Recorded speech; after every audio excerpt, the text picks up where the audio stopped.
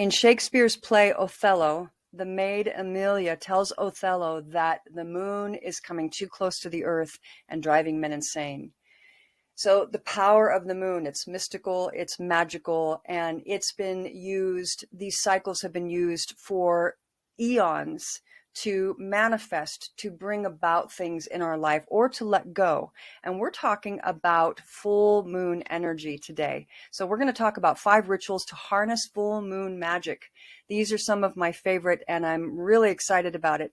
Let's talk a little bit about the phases of the moon. So the moon is a powerful force.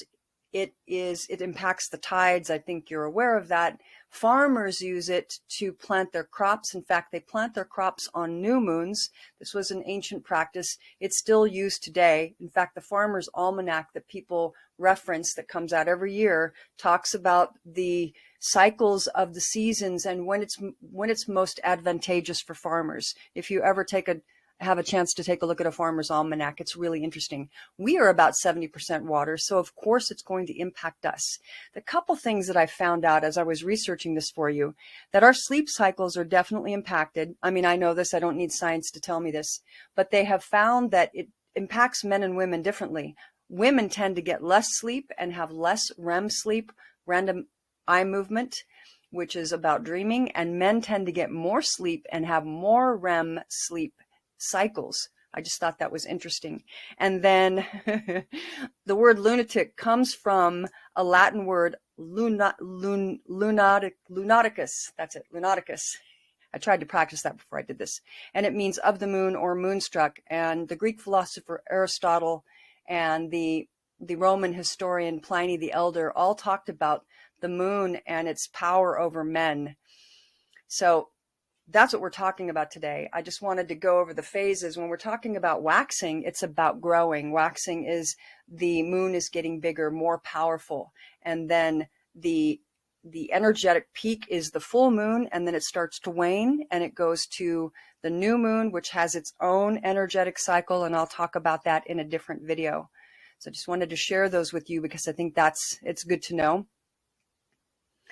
And then again, the full moon is at its energetic peak and it releases like a cosmic sigh. I love this quote from a Farmer's Almanac article. So tuning into the cycles of nature, and particularly the moon cycles, can help you align, get deeper, more deeply connected to nature, and help you align with the things that are important to you. This is why tapping into these rituals is so powerful. So connecting to the moon, again, helps you to amplify your spiritual practices. So whatever you're doing, when you start to sync with the moon cycles, you're going to feel more aligned. You're going to feel more connected. We are connected, whether we're consciously aware of it or not. It absolutely impacts us. And so the moon is considered influence over intuition and our emotional life. In astrology, it's considered the divine feminine energy, the yin energy. And let me look at this really quick. So it's responsible for our innermost emotional state. The yin energy is cooling, soft, and aligned with darkness and water. So that's the moon. That's the energy of the moon. The full moon energy is also about releasing, completing, and letting go of what no longer serves you. So that's what these rituals are going to be about. And just quickly, ancient civilizations used this for eons. Being connected to the cycles of nature were an integral part of ancient cultures. The Egyptians, the Babylonians, the Celts, they all used the moon cycles in their daily life, and it was consistent, right? Every month they would have these different kinds of rituals based on the moon energy and the sun. And then archaeological digs will have found remnants of these moon worshiping ceremonies. And the most common artifact is called a lunar disc, and it's like a flat, shiny figure worn as either a medallion or part of a crown. So I just thought that would be interesting to share with you. All right, let's get into our full moon rituals. Again, completing, releasing, letting go. So the first thing you're going to want to do is write your intention. That's the most important thing you do with any ritual, is to set the intention and to write it down. And when we commit it to paper, it actually increases the power of it. So sit down and think about what it is you're ready to complete. What are you completing? What are you letting go of? What are you releasing? So that's ritual number 1. Ritual number 2, go for a walk or dance in the moonlight. The moonlight has very, very powerful energy. It's soft, it's subtle, but it's powerful and you can feel it.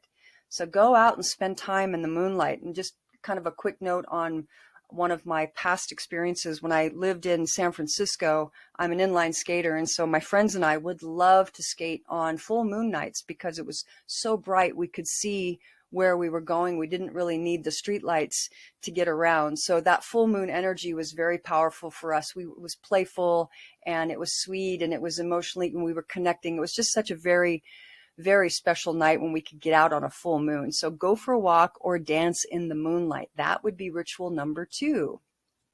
Ritual number 3, take a special bath intending to wash away and let go of any unwanted energy, habits, or behaviors.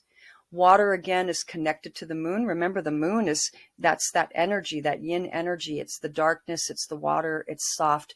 And use the bath specifically for those rituals. Think about washing away any energetics that no longer serve you, washing away intentionally with your imagination as you're purifying your body.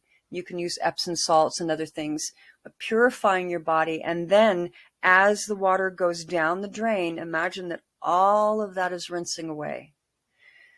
And just take some deep breaths and allow it to wash down. And watch it as it circles in the drain and it goes down the drain and it's grounding into the earth. Imagine that all of that you're letting go of is going back to the earth and it will be neutralized. So that's ritual number 3. Ritual number 4, make moon water. I love doing this. You can get a beautiful little jar and you just set it out overnight in the moon, cover it, make sure you put a lid on it so nothing gets inside of it. And then you can use that water to drink with intention. You've got about 48 hours, before and after the full moon, right as it's peaking, and then a little bit after. So you've got 48 hours to continue to create these rituals for yourself. And you can use the moon water to do the same. Just take some sips of intention, bringing your intention to it. You can hold the water and set your energetic intent for it as well. After it's spent time in the moonlight, you can also hold it and with a loving heart, put your intention into it. I don't know if you know Dr. Emoto's work, but he talked about the energy of water, the crystallization of water. If you have a chance to look up his work, Dr. Emoto, E-M-O-T-O, and you can see the power of water. You can see the power of intention on water. Maybe I'll do a video about that at some point because that's a really amazing, the amazing studies that he's done around water. So that's ritual number 4, make some moon water. And then finally, ritual number 5, letting go through fire, safely, of course. I have a fireplace in my house and I actively use it to let go of things. So you're writing, so the ritual would be to write things down that you're ready to let go of and release on paper, and then go ahead and set it in the fire and let it go and release it. Fire is a very powerful way to let go. And when you do that on a full moon, it's even more amplified. And then you can imagine that the letter that you're sending up into the cosmos is burning, and that energy is going up and it's transmuting in the cosmic forces or into the angelic realm, if you want to think of it that way.